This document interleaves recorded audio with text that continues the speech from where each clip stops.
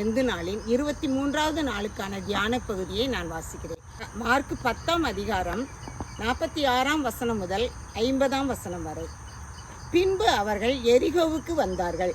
அவரும் அவருடைய சீசர்களும் திரளான ஜனங்களும் எரிகோவை விட்டு புறப்படுகிற போது திமேயுவின் மகனாகிய பர்திமேயு என்கிற ஒரு குருடன் வழியருகே உட்கார்ந்து பிச்சை கேட்டுக்கொண்டிருந்தான்.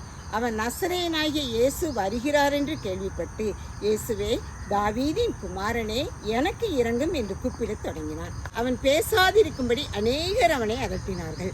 அவனோ, தாவீதின் குமாரனே, எனக்கு இரங்கும் என்று முன்னிலும் அதிகமாய் கூப்பிட்டான்.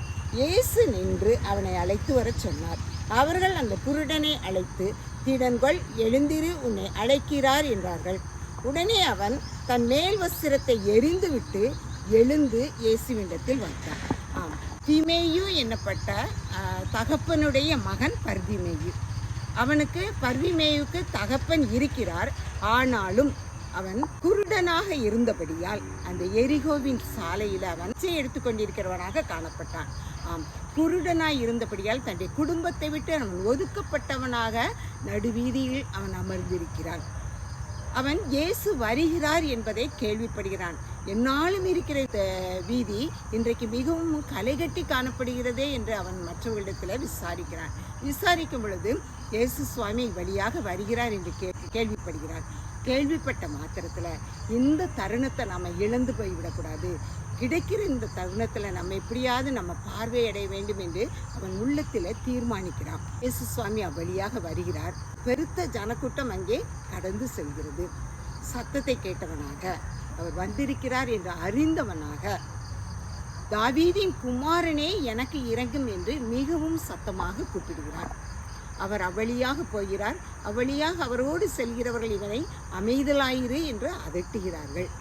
ஆனால் இவன் எப்படியும் நாம் பார்வை பெற்றுவிட வேண்டும் என்று சொல்லி மிகவும் அதிகமாக சத்தமிட்டு கூப்பிடுகிறான். அப்பொழுது கடந்து சென்று கொண்டிருக்கிற இயேசு சுவாமி அவ்வாறாகவே நிற்கிறார். நின்று அவருடைய சீசர்களிடத்துல அவன் ஏன் சத்தமிடுறான், நீங்கள் அவனை அழைத்து வாங்க அப்படிங்கிறாரு. அவனை அதட்டின அதே நபர்கள் அவனிடத்துல வந்து, பர்திமேயு, உன்னை எழுந்து நில், திடன்கொள் அப்படின்னு சொல்லிட்டு ஆண்டவர் சமூகத்தில் அழைத்து வராங்க.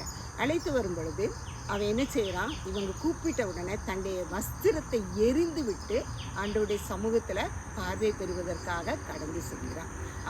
அவனுடைய பாவ வஸ்திரம், அவனுடைய பிச்சை எடுக்கும் வஸ்திரம் இனி நமக்கு தேவையில்லை. நாம் ஆண்டவருடைய சமூகத்தில் போய் பார்வையடையும் பொழுது நாம் வேலை செய்து பிழைத்து கொள்ளலாம் என்று மனதின் தீர்மானத்தின்படி அவன் கடந்து சென்று ஆண்டவருடைய சமூகத்தில் நிற்கிறான். ஆண்டவர் அவனை பார்த்து கேட்கிறார், உனக்கு என்ன வேண்டும் என்று கேட்கிறார். அவன், நான் பார்வையடைய வேண்டும் என்று பதில் சொல்கிறான். அவனின் வாஞ்சை தான் பார்வையடைய வேண்டும் என்பதுதான். அவனுக்கு வேறு எந்த ஐஸ்வர்யமோ வேறு எதிலும் நாட்டம் இல்லை. அவன் விரும்பிய வண்ணமாக ஆண்டவர் அவனிடம், உன் விசுவாசம் பெரிது, நீ போகலாம் அப்படின்னு சொல்றாரு. உடனே அவன் செய்றான், பார்வை அடைந்தவனாக அந்த இடத்தை விட்டு கடந்து செல்கிறான். இன்றைக்கு நாம் இந்த லெந்து நாட்களில் எப்படி காணப்படுகிறோம்? 40 நாட்களும் நம் உபவாசம் இருக்க வேண்டும், நம்முடைய நோக்கமெல்லாம் நிறைவேற வேண்டும் என்று ஆண்டவருடைய சமூகத்தில் காத்திருக்கலாம். ஆண்டவர் நம்மை பார்த்து கேட்கிறார், உனக்கு என்ன வேண்டும் என்று கேட்கிறார். நாம் முதலாவதாக எனக்கு ரட்சிப்பு வேண்டும் என்று கேட்போம். ஏனெனில் முதலாவதாக தேவனுடைய ராஜ்யத்தையும் அவருடைய நீதியையும் தேடுங்கள், அப்பொழுது இவைகளெல்லாம் உங்களுக்கு கூட கொடுக்கப்படும் என்று சொன்ன பிரகாரமாக நாம் தேவனுடைய ராஜ்யத்திற்கு செல்வதற்கு அடிப்படை காரணமாகிய அந்த ரட்சிப்பை நாம் பெற்றுக்கொண்டவர்களாக காணப்படும் பொழுது அவருடைய சமூகத்தில் நாம் அப்பா பிதாவே என்று சொல்லி என்னவெல்லாம் கேட்கிறோமோ அவை எல்லாவற்றையும் அவர் தர நமக்கு சித்தமுள்ளவராக இருக்கிறார். அதனாலே உனக்கு என்ன வேண்டும் என்று நம்மை பார்த்தும் அவர் இப்பொழுது கேட்கிற கேள்விக்கு நாம் என்ன பதில் சொல்ல ஆயத்தமாயிருக்கிறோம்? சற்று சிந்தித்து பார்ப்போம்.